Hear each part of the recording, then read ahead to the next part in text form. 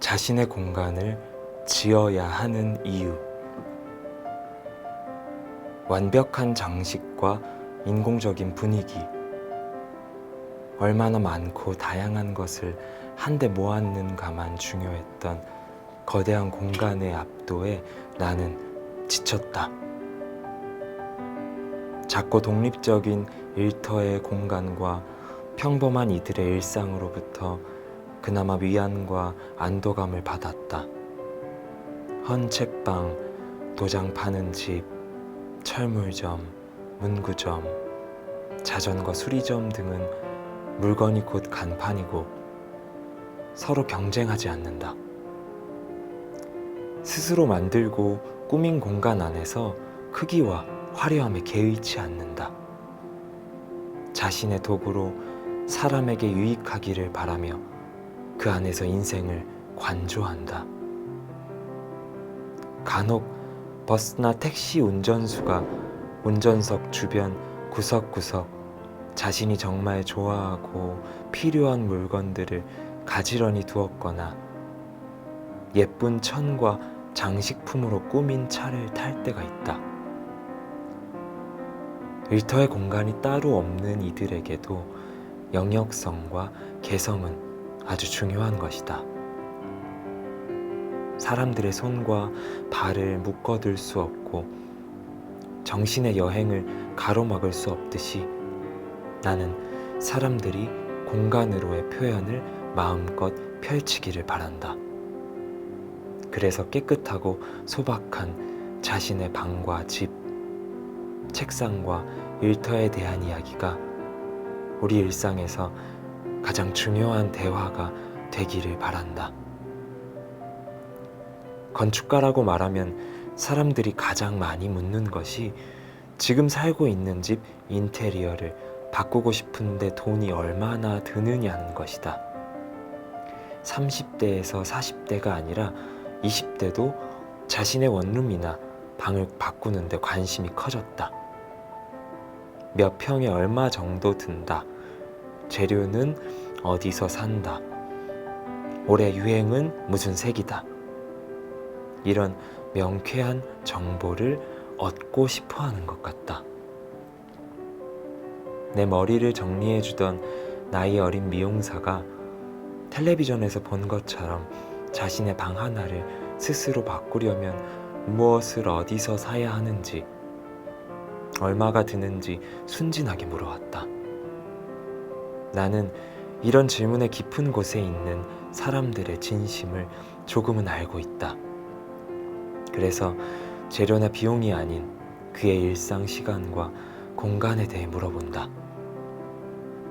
대화를 더 나누어 보면 벽지를 유행 색상으로 바꾸거나 소파 천을 교체하거나 디자이너가 따로 있는 조명이나 의자의 모조품을 구입하는 문제가 아니었다. 사실은 자신의 공간에 대한 이야기, 결국 자신의 현재 삶에 대한 대화를 누군가와 나누고 싶은 마음이 간절해서였다. 친구들처럼 대학에 가지 않는 대신 미용실에서 일을 하면서 내가 과연 잘 살고 있는 것인가 하는 마음속 불안을 나눌 사람이 필요했던 것이다. 그리고 스스로 선택한 인생의 희망을 듣고 싶었던 것이다.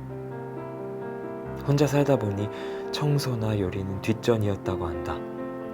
그런데 어느 날 집을 말끔하게 치우고 냉장고에 있는 오래된 음식을 다 버리고 난 뒤 신기하게도 몇 달 내내 자신에게 붙어있던 감기가 떨어졌다고 했다.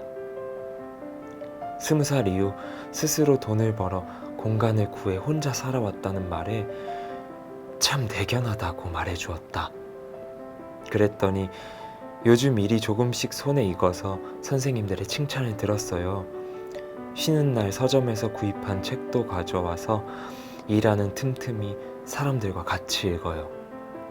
전에는 퇴근하면 너무 피곤하고 허기져서 이것저것 사서 먹었는데 이제는 원룸 창문을 다 열고 환기한 다음 저 자신을 위해서 간단히 음식을 해 먹어요. 이렇게 자신과 공간의 작은 변화들을 이야기했다. 철학이나 경제나 정치는 어려운 이야기이지만 공간에 대해서는 누구나 자신의 이야기가 있다. 자신의 현재를 이야기하고 나면 인테리어 이야기는 사라지고 없다.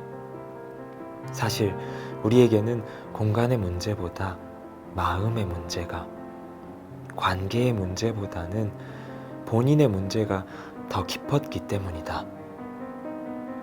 자신의 공간과 타인의 시선에 대한 대화는 가장 내밀한 인간의 진심에 다가서도록 만든다. 그 친구와의 상담은 앞으로도 정리정돈과 청소를 규칙적으로 하고 책을 좀 더 읽기로 끝을 맺었다.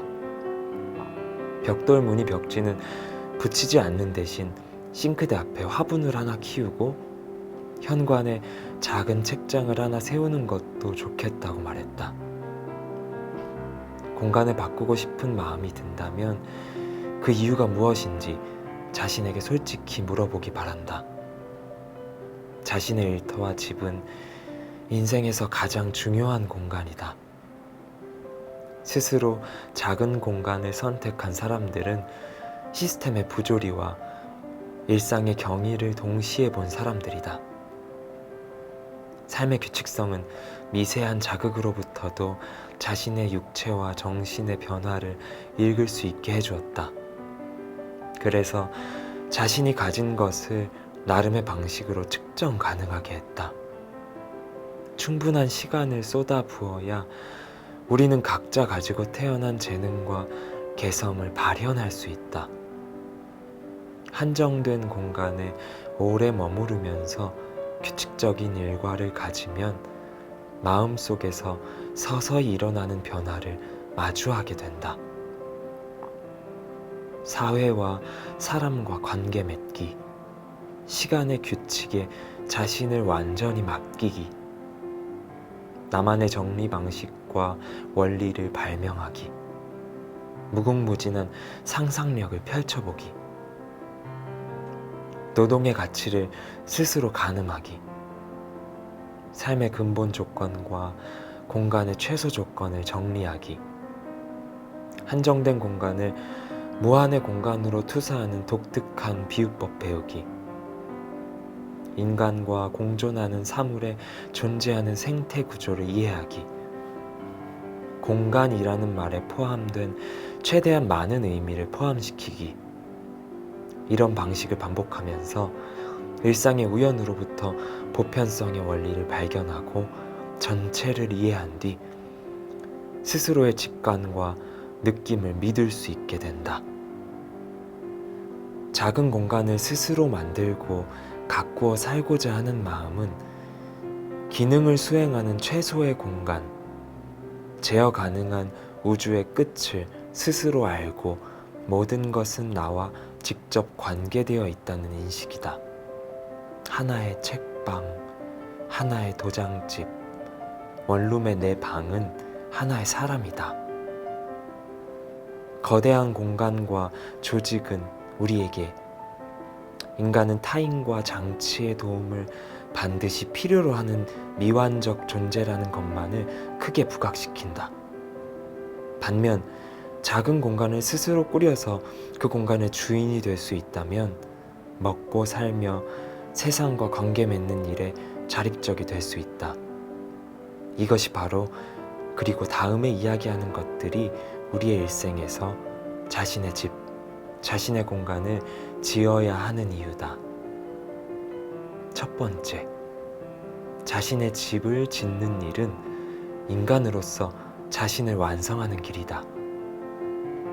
현실과 현재, 우리의 순간과 공간에서 변화할 수 없다면 나의 가장 깊은 말과 약속은 공허해진다. 자신의 가족과 현재의 살림살이에서 진실할 수 없다면 말은 행동으로 나아가지 못하고 위대한 약속은 사멸한다. 생명이 있는 한 사고하고 움직이는 것이 사람의 본성이고 그 모든 것은 공간으로 시작해서 공간으로 끝난다. 만약 내가 나의 마지막 집, 마지막 일터를 짓겠다고 오늘 결심한다면 우리는 제일 먼저 땅을 생각할 것이다.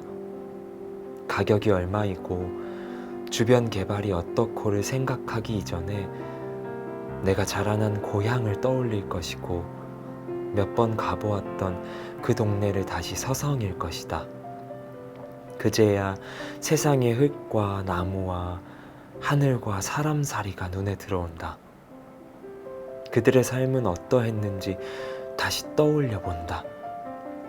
식탁 위 수저 받침의 무늬, 현관문에 달린 풍경 소리, 계절마다 동네에서 흔했던 과일로 만든 과일주의 새콤한 첫 맛, 공사 현장에서 얻어온 벽돌로 만든 선반 위의 가족 사진 등 모든 것이 다시 보인다. 타인의 삶이 고귀하게 보이고 일상을 지켜주는 가족들이 눈에 들어온다. 나의 생각과 선의를 담은 소박한 삶을 살고 싶다는 바람이 어떤 성공의 욕망보다 커진다. 공간을 만드는 일은 인간은 무엇인가, 그리고 나는 어떤 사람인가에 대해 생각하게 한다. 자신의 원칙으로 삶을 조정할 수 있는 집과 일터를 머릿속에 구상하고 걸음을 재는 그 자체로 이미 삶은 깊어졌다. 두 번째, 집과 일터는 노동을 통해서 태생적인 자기중심주의에서 벗어나게 한다. 성숙한 사람에게 가장 의미 있는 일은 타인에게 도움을 주는 일이다. 나의 재능과 노력으로 창조물을 만들어내는 일은 우리에게 큰 자부심을 주지만 이것을 능가하는 것은 이타심이다. 일터는 타인을 위한 노동의 공간이다.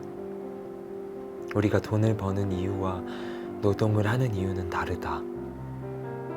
돈을 버는 일은 도구를 구하여 목적을 이루는 것이지만 노동은 그 자체가 수단이자 목적이 될 수 있다. 만약 우리가 일을 하지 않는다면 그 일의 결과나 이득이 이 세상을 향하지 않는다면 우리는 마치 썩은 물처럼 스스로의 냄새조차 견디지 못할 것이다.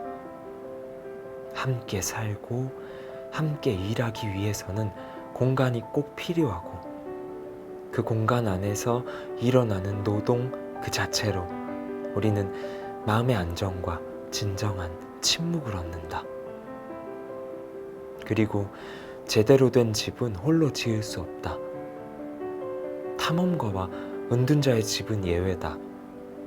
아무리 작은 집이라도 실제로 스스로의 힘으로 지어보면 집은 절대로 혼자 짓지 못한다는 것을 깨닫는다. 우리를 감싸는 집의 구조는 인간의 키와 품보다 훨씬 크다.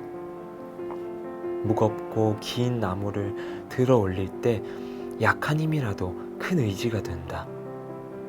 물이 들어오고 나가는 일, 불을 만들고 집을 데우는 일, 세상과 집을 연결하는 일, 집에 생명을 불어넣은 모든 일에는 타인의 도움이 필요하다. 그래서 집이 다 지어지면 같은 곳을 바라보면서 가졌던 공감과 겸허함은 가장 소중한 추억이 된다. 홀로 살 수 없는 것은 홀로 아무것도 완성할 수 없다는 것과 같은 말이다. 세 번째, 공간이라는 배경 위에서만 우리의 일과 존재의 목적을 일치시킬 수 있다. 인생이 견딜 수 없어지는 것은 일과 존재의 분리 때문이다. 그 가운데 공간이 있다. 만약 공간이 없다면 인생의 참다운 목적을 실행할 수 없다. 공간이 없다는 것은 현대인 최대의 불행이며 자신의 말과 동일한 공간을 사는 일이 점점 더 어려워지고 있는 것도 사실이다. 그렇지만 희망이 없는 것은 아니다. 삶의 방식과 공간의 선택권은 자신에게 있다. 어디에 가서 살 것인지, 어디에 일터를 마련할 것인지, 그 공간은 어떠해야 하는지 생각하고 실행하는 일은 세상을 이해하고 자신을 거기에 연관시키는 일이다. 이 세상에서 자신의 자리를 갖는다는 것이 얼마나 큰 의미를 가지는지 모두 알고 있다. 삶이란 어쩌면 자신의 자리를 찾아 떠나는 여행일지 모른다. 잠시 머문 곳과 거기서 만난 사람들의 점들을 이어 인생의 별자리를 그리는 것 같지만 우리에게 가장 의미 있는 것은 그 장소, 그 순간, 시면에서 빛보다 빠른 속도로 떠올랐던 나의 감정들이다. 광장에서 우리들은 만났고 정해지지 않은 자리에 개의치 않았다. 보통 사람도 품위와 성찰이 무엇을 위한 것인지 깨달아가는 절망의 상황 속에서 우리는 다시 힘과 감동을 얻어 자신의 자리를 돌아보게 되었다. 개인의 의지와 공동체의 위기로 인해 전에 없는 능력들이 우리들에게서 생겨났다. 일상의 공간에서도 사유와 실천의 힘을 가질 수 있다는 자신감을 찾았다. 우리는 자신이 되고 싶은 것이 아니라 자신이 이해하고 싶은 것이 되고 싶다. 공간은 분명히 존재하는 유형의 공간이기도 하고 가늠할 수 없는 정신의 집합체, 무형의 인식이기도 하다. 우리는 이 둘의 일치를 위해서 우리의 순수한 이성과 감각을 집결할 영역을 세워간다. 그것을 자신이 꿈꾸는 이상의 사회라고 부르기도 하고 나만의 안식처 혹은 우주라고 부르기도 하고 나의 자리라고 말하기도 한다. 일과 존재를 일치시키는 것이 바로 공간이다. 네 번째, 공간을 떠올리고 그것을 직접 만드는 일을 통해서 인간의 진정한 사랑과 자유의 참 의미를 알게 된다. 가장 비참한 공간을 감옥이라 부르고 끝을 알 수 없이 풍부하고 심오한 세계를 우주라고 부른다면 자신의 환경을 비극으로 빠뜨리는 데 있어서 공간은 절대적인 조건인 것 같다. 동시에 마치 하룻밤 달고 깊은 잠을 자고 일어나면 모든 세상이 달라지는 어떤 날처럼 비천함과 숭고함이 하나였다는 것을 알게 하는 것도 일상의 공간이다. 우리는 공간의 크기와 창의 유무가 아니라 늙어가는 일, 고독을 절실히 느끼는 일, 나에게만 일어나는 절망으로 감옥에 산다. 그러나 자유와 사랑을 동시에 존재하게 하는 것도 공간이다. 인간의 무한한 가치는 가장 견고하고 분명한 사실인 공간마저도 나의 의지대로 넓히고 좁히며 빛을 밝히고 어둠 속에 잠기게 한다. 우리가 알기에 인간만이 자유를 부여받은 유일한 피조물이므로 종속되지 않아야 진심으로 사랑할 수 있다. 그래서 나는 환경과 본성이 우리를 결정하는 것이 아니라 자유와 성찰이 우리의 무한한 가치를 세상 밖으로 다 펼쳐낼 것이라는 희망을 잃지 않는다. 인간으로서의 품위와 신념은 결국 모든 것으로부터 진정 자유로워질 때 내 안에서, 내 집에서부터, 내 일터에서부터 시작되는 것이다. 다섯 번째, 나의 집과 나의 일터는 건강과 자부심과 인간관계의 독립적인 터전이다. 우리 집에 놀러 오라, 내 사무실로 오라, 우리 동네로 와라, 이렇게 사람들에게 청한다. 집과 일터의 공간은 건축으로만 말할 수 없다. 사람, 벽, 사물들, 감각들, 계절과 시간, 이 모든 것을 희망과 이상에 합치는 과정에 우리의 노력이 있다. 규칙적인 청소와 도색, 환기와 재배열은 건축의 약화도 지연시킨다. 일상의 노동은 교육과 같다. 원리를 말하는 것은 배우지 못했다 하더라도 자신만의 느낌과 흉내로 그것을 이해하는 것이 중요하다. 그렇게 된다면 우리의 질문과 깨우침을 자신만의 중심에 연결하는 능력이 생길 것이다. 몸과 마음을 일치시키고 근원적인 자부심을 발견하고 관계를 증폭하기 위해 공간이 필요하다. 나의 공간으로 누군가를 부르는 일은 나의 일과 일상에 대한 자부심이 있기 때문이다. 사람 혹은 사물과의 관계에는 생각보다 많은 노동이 필요하다. 아무것도 하지 않고 그대로 두면 대부분은 더 나빠진다. 일정한 상태를 유지하기 위해서는 관성의 법칙처럼 힘이 필요하다. 움직임을 방해하는 마찰이 있듯이 물질로 구축된 공간은 공기 중에서 그리고 사람을 통해 원래 상태에서 점점 변화하고자 한다. 그래서 공간의 주인은 건축과 공간에 대해 스스로를 정의 내리고 진심으로 사랑하여 보살핌으로 생명을 불어넣는다.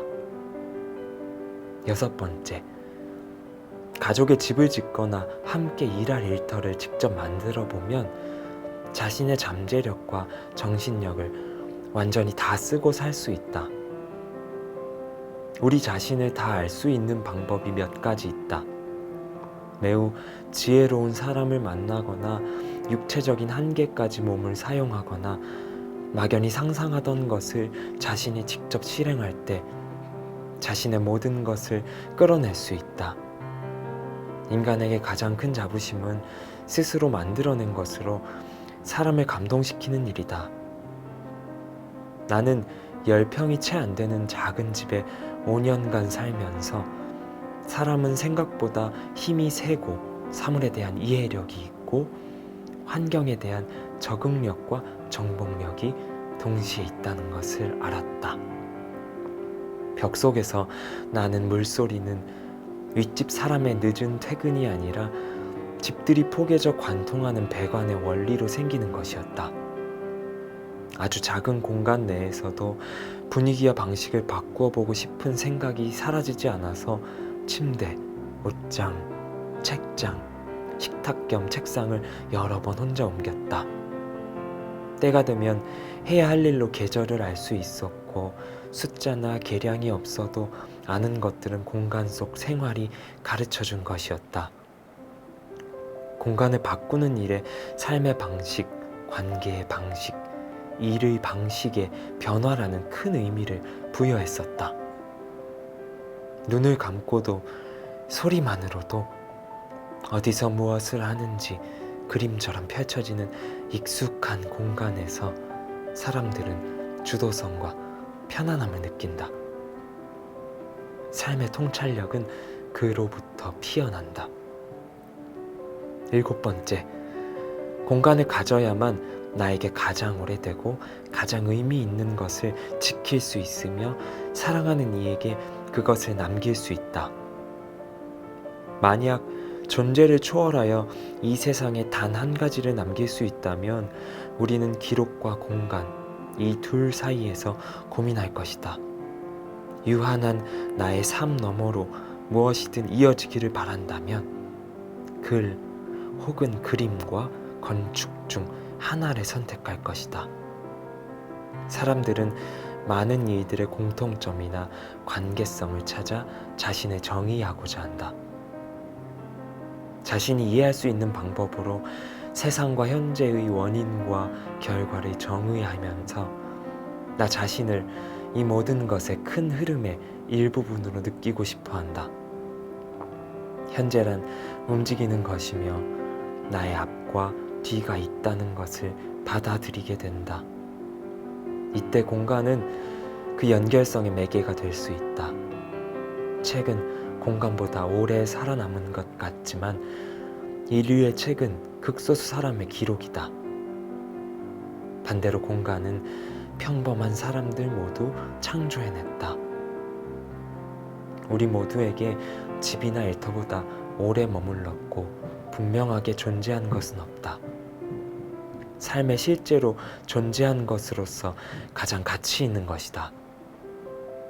그 공간 앞에서 이런 질문이 마음속에서 피어오른다. 나는 어떻게 여기에 살게 되었을까? 동양 화가인 양 작가님은 자신의 방을 갖고 싶어서 결혼을 결심했다고 이야기했다. 그래서 남편을 자신을 구해준 사람이라고 부른다. 당시 20살이었던 그녀는 결혼을 하면서 자신만의 공간을 갖게 된 셈이다. 경산에 있는 그녀의 작업실은 사랑하는 사람들이 깊고 편안한 호흡을 한 뒤 일상으로 돌아가게 하는 곳이다. 탁 트인 전망과 천정 높은 공간을 간절히 갖고 싶었던 이유는 캔버스의 크기에 상관없이 마음껏 그림을 그릴 수 있으면서도 누군가와 함께할 공간이 필요해서였다. 사람들은 어떤 공간을 가지려면 그 장소를 돈으로 사거나 만들어야 한다고 생각한다. 하지만 진정으로 한 공간의 주인이 되는 일은 돈이 아니라 간절한 마음으로만 이루어진다. 대도시에서 작가로 살아가던 서목수님은 몇 해 전 상주시 북천 근처에 작업실을 마련했다. 병환 중이신 부모님을 지키기 위해 고향으로 돌아왔기 때문이다. 시골로 들어오면서 삶의 반경은 아주 좁아졌지만 사고의 지평은 무한대로 펼쳐졌다. 작은 개울에서 웅장한 폭포를 보고 외딴 목공소에서 죽은 나무들을 어루만지며 아이와 우주를 이해했다. 큰 장마가 지나갈 때면 마을로 들어오는 유일한 다리는 사라져버리고 물소리가 귀를 찢는 것만 같고 쏜살 같은 물줄기 앞에 그저 망연자실한다고 했다. 몇백 권의 책을 탐독한 그였지만 학교도 제대로 다니지 않았던 고향 친구의 지혜를 따라가지 못한 것이 부끄러웠다고 했다. 이제 한 인간으로서 목수의 손과 호흡은 더 부드러워졌고 지식을 버린 머릿속은 아주 맑았다. 그는 모든 공간으로부터 자유로워졌다. 공간을 사거나 키우지 않더라도 내 방 창문 밖의 관찰로 우주의 공간을 알 수 있고 작은 마을에서도 우주의 시간을 살 수도 있다. 현재 내가 살아가는 모습이 우연이고 운명이다. 어디론가 강렬히 나아가고자 하지만 그 목적지에 대한 구체적인 이미지는 없다. 그러나 감정에 휩쓸려 하나의 사실에 큰 의미를 부여하는 것이 인간의 장점이자 약점이라면 그 특성에 의지하여 현재의 애착과 목적을 유지하는 것이 우리를 살아가게 할 것이다. 이 책을 써나가는 과정에서 의도치 않게 내 머릿속에는 하나의 집이 그려지고 있었다. 한 번도 그려본 적 없는 방식으로, 어쩌면 지금까지 지어지던 것과는 완전 반대의 방식으로 스스로 태어난 집 하나가 지어지고 있었다. 공간과 감각의 조각들은 조금씩 그 원형을 스스로 창조하고 있었다. 책은 여기서 끝이 났지만 그 집은 아직 완성되지 않았다. 우리는 환경 전체에서 다시 자신의 마음속 진심의 공간으로 돌아가 각자의 원형을 꿈꾸게 될 것이다. 구독과 좋아요, 알람 설정. 저자극 감성 채널 낭덕의 취향으로 감성 디톡스 하세요. 낭덕의 취향 구독과 좋아요 그리고 알람 설정 꼭 해주실 거죠?